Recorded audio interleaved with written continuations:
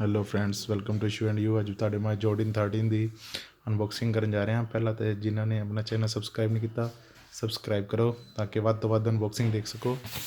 Light colour the box ਹੈ, red colour ਨਾਲ Jumpman ਦਾ ਲੋਗੋ, ਅੰਦਰ ਸਾਈਜ਼ ਸ਼ੀਟ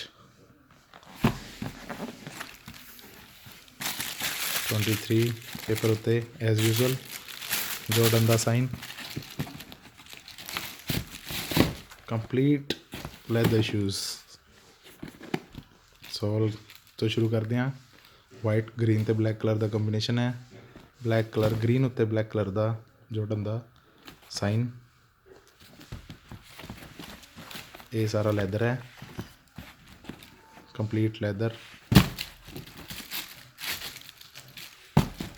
ਇਹ ਸੋਲ 'ਤੇ ਥੋੜ੍ਹਾ ਰਫ ਸੋਲ ਹੈ ਜੋ ਕਿ ਅਲੱਗ ਲੁੱਕ ਦੇ ਰਹੀ ਹੈ। ਇਹ ਵੀ ਥੋੜ੍ਹਾ ਉੱਭਰਿਆ ਹੋਇਆ ਹੈ ਜੋ ਕਿ ਸ਼ਾਈਨ ਕਰਦਾ ਹੈ ਲਾਈਟ ਪੈਨ 'ਤੇ। ਇਹ ਡਿਜ਼ਾਈਨਿੰਗ ਹੈ,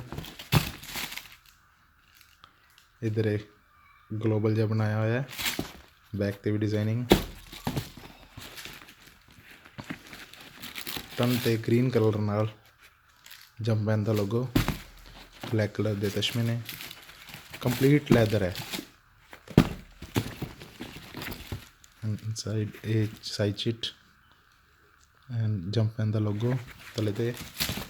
ਇਹ ਸੌਫਟ ਬਾਸਕਟਬਾਲ ਸ਼ੂਜ਼ ਨੇ, ਕਾਫੀ ਸੋਲ ਕਾਫੀ ਸੌਫਟ ਹੁੰਦਾ ਹੈ।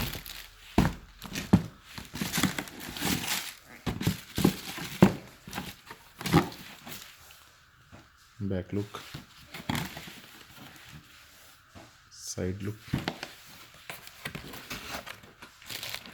फ्रंट।